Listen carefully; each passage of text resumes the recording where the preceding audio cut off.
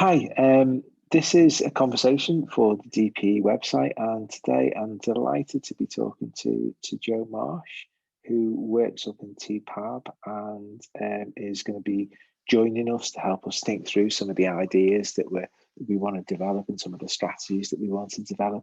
So I guess without any further ado, Joe, could you introduce yourself and what you do at Ty Pawb?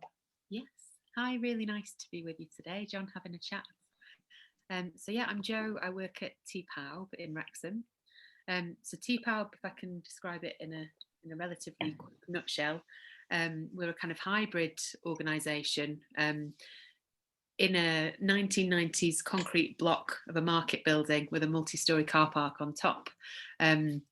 And then in 2018, we opened as Ty Pawb as opposed to the People's Market as the building had been previously. And now we still have a market hall, 20 market stalls. We have a food court with 6 food vendors in a big kind of communal seating area. And then we have 2 gallery spaces, a performance space, what was a gallery shop. And we're in the process of developing part of the flat roof, which is part of the car park, into a community garden as well. So kind of lots of different elements going on there. That, I mean, it was a kind of marriage of convenience, really, Ty Pawb coming together, in that the art centre needed a bigger space. The People's Market was at the end of its life, really, and so yeah, those two kind of economic things, I suppose, could come together. But for me as creative director, I just saw and still see this massive potential to be not just unrelated neighbours, but part of a community, and how we can work together and sort of develop a really rich culture out of that kind of hybrid situation. That's super interesting. One of the things that really catches my imagination about Ty Pawb is it seems to be a really active example of that word you just used, hybridization. It seems to be kind of a very intersectional space where existing constituencies have kind of naturally come to overlap. And I'm interested in your take on the kind of role then that art plays in that, and how that kind of proximity or asymmetry with all of those components has begun to make Ty Pawb rethink what art is or could be as a useful tool. Yeah, I think definitely it's a process that we're kind of working through. I think I had sort of slightly utopian idea before we moved in of like, it's all going to kind of come together straight away and everybody's going to get it and we'll all be, sort of mixing together this big soup of different things. But, of course, in reality, all of this kind of thing is based on relationships, and those take a long time to establish and are not always straightforward. So I think, one of the really key things that I think we're starting to do and we need to do much more of is really articulate the ambition for useful art, or celf ddefnyddiol in Welsh, to be really central to what we're doing. Okay. Because I think in terms of those relationships between artists, staff working at Ty Pawb, market traders and visitors, often I think I assumed there's things that would be visible that are not necessarily visible, in terms of that ambition to sort of bring everything together. Well, actually, if you think of the physical spaces, we've got gallery spaces and market space, and although we've kind of got some projects that have traversed the two, like for example, up until last year when we got a new door put in to the main gallery 1, sort of glazed entrance, which you can, when you're sitting in the food court, you can see into the gallery now. And up until then, you'd still get people go, what gallery? Where? So, and you think like, wow, all this stuff we've been doing and, working with lots of different groups, actually there's still quite a journey to go on in terms of getting a really shared understanding of that it's not kind of here art, here not art, and never the twain shall meet. And so the things that we're doing at the moment and that are sort of coming up in the immediate future, I mean, that glazed entrance is a really significant step. And then our gallery, we have 2 galleries. So in the second gallery, we're turning that into Lle Celf Ddefnyddiol, the useful art space, which, I mean, that space is a lot more accessible from the market hall, which is kind of helpful, I think. You don't have to literally go through a physical door to get into it. And that space for me will be where we begin to really make manifest the reality of working in an arte utile, through an arte utile lens, really, with, you know, as constituents, with our fellow constituents in Wrexham.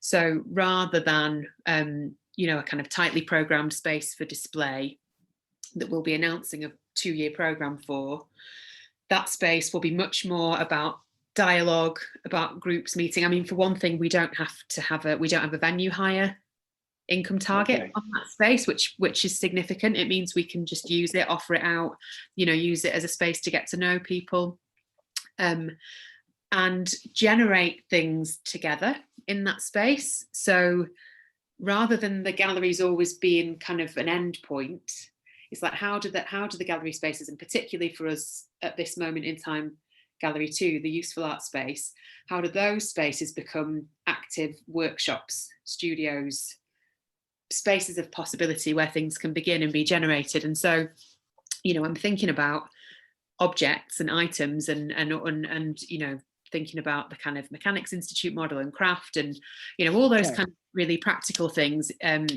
particularly in the context of us being a market hall where, you know, lots of our market traders are making things every day.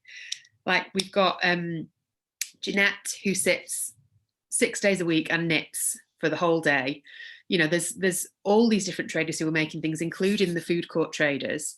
So I think partly it's that, you know, starting to erode that division between, you know, there's artists over here who make stuff in a certain way because they are artists and they're in that box, and then that actually what our market traders are doing is somehow like in a different country or something, when actually we're all in the same country. It's all making stuff, you know, it's all about, you know, there's these kind of skills and things that can be really useful, functional parts of day-to-day life.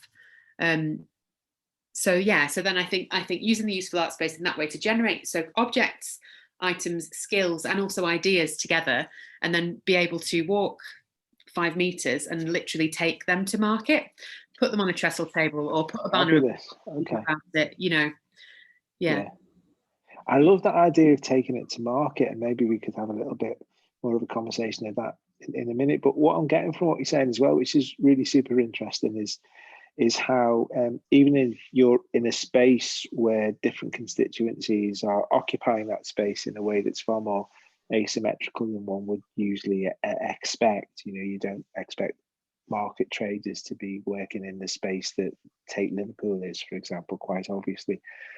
There's still those kind of encoded and ingrained expectations that people who come to those spaces have, where those divisions should be, and what the categories should represent, and who should occupy them, which is illustrated wonderfully by that little story you've just told us of the door, and what those portals can and should represent. And I'm really interested to hear a little bit more about how an idea that you've had of taking it to market might begin to help in a really positive way erode some of those kind of standardized expectations that we have of those relationships between different constituent practices. Yeah, so I think the take it to market kind of idea is really about like just making something happen in reality, so that it becomes apparent, so that we all sort of experience together what it means to be neighbours and part of the same country, part of the same community. So rather than saying, because you know what I mean, we could, you know, we've got like our mission statement I've said and written in texts, and, you know, saying all the time we're one community and all that sort of thing, but actually we need some kind of live stuff happening to make that feel real for everybody. So for example, so there's the useful art space, which is kind of really key. Next to that is the space that used to be our gallery shop. We turned that into, we're calling it the maker space. And so that's a kind of like an artist studio, an artist maker studio. And for example, so we've got the first makerspace residency going on at the moment, but obviously it's a remote digital one because the world is remote and digital right now. And so through that space particularly, what we're wanting to do is, you know, make a really clear and deliberate statement about the fact that, you know, making is making, and, you know, this kind of broader lens of who is a maker, you know, so where can that how does Alessandra put it, that coefficient of art, you know, where can that be in all kinds of different contexts? Okay, yes. So for example, I think the first residency we've got is a really good illustration of that, because we're working with one of our market traders, who is a guy called Rutger Gomez. Now, Rutger is really interesting, amazing maker and person and entrepreneur, who set up, he taught himself to dread hair, to do dreadlocks. Okay. Because, I mean, he has Afro hair. There was nowhere, he grew up in Wrexham where there was nowhere to get your hair. There wasn't a hairdressers or a barbers that could do his hair. So he taught himself, and he's, like, you know, for years been bringing that skill to the community in Wrexham. In lockdown, the first lockdown last year, when he obviously, like, couldn't do people's hair, he started to develop a clothing brand with the branding of his dreadlock business, which is After Marley Locks, AML. And Rutger has ended up having a stall in Ty Pawb. And so he's one of the makers in our first makerspace residency. But we've partnered him with an artist called Anya Paintsil, who is from Wrexham. She's lived in Manchester for, about 10, 11 years. She's actually back in Wrexham now, but they knew each other growing up. Anya is Welsh Ghanaian, also has Afro hair, and experienced the same exclusion, basically, of nobody being able to do her hair. And Anya's art practice is, you know, very much about the experience of having Afro hair, in terms of, like, you know, she does textile rag rugging, sort of wall hanging pieces, but using lots of Afro hairstyling techniques, which, you know, kind of is beautiful craft, and also really speaks to the sort of wider context. But basically, Anya and Rutger are both makers, both using the same kind of textile techniques, because when you dread hair, it's crochet, it's felting, you know, it's all, they literally use some of the same tools. So we're making a film with Anya and Rutger and another local Afro hairstylist, actually, which is, I think, going to be a way that we can start to really make a statement about, like, to just kind of illustrate that thing that I've been saying for years about, actually, you know, we're kind of doing the same stuff here. It's not, you know, it's not here art and here something completely different. I don't know if that makes sense. No, that makes a great amount of sense, and I'm really looking forward to seeing how that pans out. And I know you're going to be not only developing some information that will be going up in the DPE library and contributing to the DPE toolkits as well, but I'm also really interested, maybe to round up, is how projects like that and some of the kind of ideas that you're developing with Owen Griffiths and with the Whitworth as well, begin to take those ideas of intersectionality further, because I really do like the way you're going about this, not just trying to make propositions of how things could be different, but just like letting it happen and seeing how that could inform with the practice. Well, I think just to kind of preface my answer, like, I just wanted to drop in the word ad hocism, because that's wonderful. Like, that's a ad hocism. I've got the book here, actually, because that's something I've been sort of reading about a lot for a long time. And I think So it's the case for improvisation anyway. I won't go into that now because we haven't got ages, but basically, you know, you said about this kind of idea of just sort of starting some things off and seeing how they happen, how they can inform things. And to me, that it's about taking that ad hoc approach, not waiting for, you know, the perfect situation, or, you know, it's you know, an ad hoc approach is about doing what you can with what you've got around you now and letting that move things forwards. And hybridity is a really big part of that. And actually, if you think about it, market trade is absolutely a kind of ad hoc way of doing things, isn't it? Even the way that market stalls are constructed. And if you think about car boot sales and all that sort of thing, there's a real kind of like, right, what have we got? Let's do something. There's real provisionality there, isn't there? Yeah. And I think we've seen that with the pandemic, where you would think like, oh God, we're not going to have any tenants. Well, actually, we're nearly full, and we've got, you know, new inquiries coming in all the time. And I think that is because people are having to kind of take their circumstances into their hands and like, maybe I've lost a job. What have I got around me? Well, this is the thing I can do. I'm going to take it to market. So I think that, sorry, just to say, I think that's a kind of important underpinning sort of principle. And then, in terms of the wider kind of conversations and context with Owen Griffiths and with the Whitworth, I think we're all kind of in that place of ad hoc, really, of having to, you know, try some things out, wanting to, you know, knowing that we want and need to be working in really different ways. And actually, you know, all of that can be quite challenging, can't it?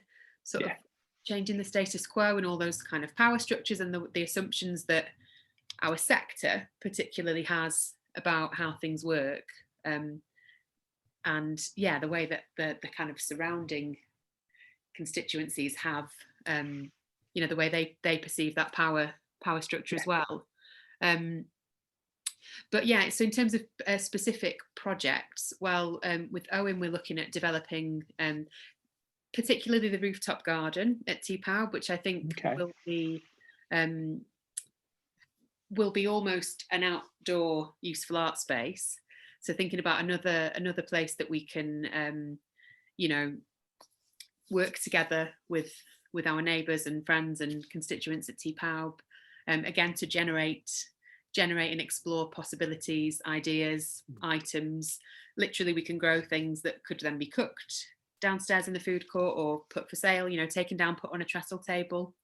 And so I think, you know, it's again sort of thinking about really ad hoc economies, almost like not thinking that there has to be some really massive business plan all the time. Not that I'm saying a business plan isn't necessary, but do you know what I mean? You don't need like like, what can we do now? What can we do now? And just very quickly start to take some things to market, as it were. You don't need those centralized impositions of what you should do and what you shouldn't do. We can do it now. It's really using art and ad hoc circumstances to kind of reinvent from the ground up and empower people. Yeah, exactly. So I think it's that. So the project with Owen, and also the sort of dialogue we're developing now with the Whitworth, which is partly around a community garden there, and also the Office of Useful Art at the Whitworth, and also there's a second space that they're developing, the name of which escapes me, but again, it's, you know, along the lines of our useful art space and people being able to come in and thinking of it more as a space of generating things than just displaying outcomes. What was I going to say? I've lost my thread. I don't know what I was going to say about That's okay. That's okay. You were sort of talking. Yeah, talking about some of the ideas that we're developing as through lines through your work. So I suppose the kind of thing that is through all of that is the idea of art as a way of doing things. So, you know, how do we make that manifest? How do we negotiate that with artists that we would be working with, and also with the people we're working with who are not artists? So I suppose it's all a bit of a kind of testing ground at the moment. And That's really interesting. Yeah, and it's very kind of helpful to be going through these developments and experiments and ad hoc happenings in dialogue, and being able to kind of reflect about that with sort of peers and colleagues who are doing the same. Yeah, I think that sounds really, really exciting, and it's going to be great to be working with you and overlapping with you as part of the DPE project as well, to see things, how's things developing. And just to close off, one of the things that what you've been saying just really made me think about, which I've not thought of before in these post-COVID emerging times, is that a lot of what you're doing is ad hoc, provisional, intersectional, re-empowering, etc. But it seems to be also a lot about allowing us to think about what would it look like if we reclaimed our future. Yeah. And I think that's that usually a kind of activity which is about reclaiming history in our past or our present, but reclaiming a future that could be something otherwise than it seems to be at the moment is a really powerful thing to be thinking about and working through. And what you seem to be doing with TPAB at the moment is a real concrete example of allowing that to happen and seeing how it happens and learning from it along the way. Yeah, and I think it's like a lot about having or sort of trying to set up the right conditions for us to be able to take control of that future, isn't it? Yeah, absolutely. To not simply be part of a future that's mapped out and planned for us or made possible through the instrumentalization of kind of particular government policies that are centralized, but to rethink how it could be done in different ways by different people using their creativity to respond to their real local urgencies. Yeah, and exactly, and being able to respond to those local urgencies with what is to hand, like, and being empowered to do that now, to take that into our hands now. And I think it's just this, like, things don't have to be homogenous, and that includes museums and galleries, cultural institutions, because I suppose the whole kind of model of, like, you've got the biennial, and then these the same sorts of things will trickle down from cities to the regional galleries, and it's like, actually, it's not true that we have to do that. There's something really important and rich that we're missing if that's what we think. I think that's a really good way of thinking of it. That's that different things can happen, and the periphery doesn't have to be on the end of a set of trickle down systems. It can make itself in its own way, and it can be much more of a two-way conversation. So I love that idea as well, which maybe we should pick up, that museums and galleries and public institutions don't have to be homogenous either. Because one of the straitjackets they've been suffering from is that self-imposed homogenization. Really, and then trying to bend over backwards to find ways to describe how that homogenization can be understood to a wide variety of ad hoc users who may not see it in that way in the first place. And it's almost like, to sort of bring the sort of, like, self-help language in. It's like an unhelpful self-limiting belief, isn't it, that we have to, this is just the way we have to be, but like, it really isn't. And I think for me with Ty Pawb, again, sort of talking about this dialogue with the Whitworth and with Alistair when he was at MEMA, it's really empowering to feel that, like, there's colleagues and peers who've got you back with that, and actually, no, we can do something differently. And for the Whitworth to be taking that position as well really paves the way, I think. No, I'd agree. It's really kind of exciting and interesting times, aren't they? Which are kind of making it possible to think how we might do things differently in a more ground up and empowering way, and to see how art can be used as a tool within that whole remix of how we view ourselves and relate to each other. and represent ourselves to ourselves and each other as not only as individuals, but as a community and a society. Yeah, definitely. Yeah. Okay, Joe, that was wonderful. I know that we're going to be chatting again in a not too distant future, and that you're going to be doing some stuff that we're going to be putting up in the DPE library, and working on some projects with Owen and the Whitworth that will manifest themselves as well on our toolkit site, so people can get some open source ideas for you. So, but for that introduction, thank you very much. That was wonderful. Thank you. Thank you for having me. Thanks, John. No worries. Bye now. Bye.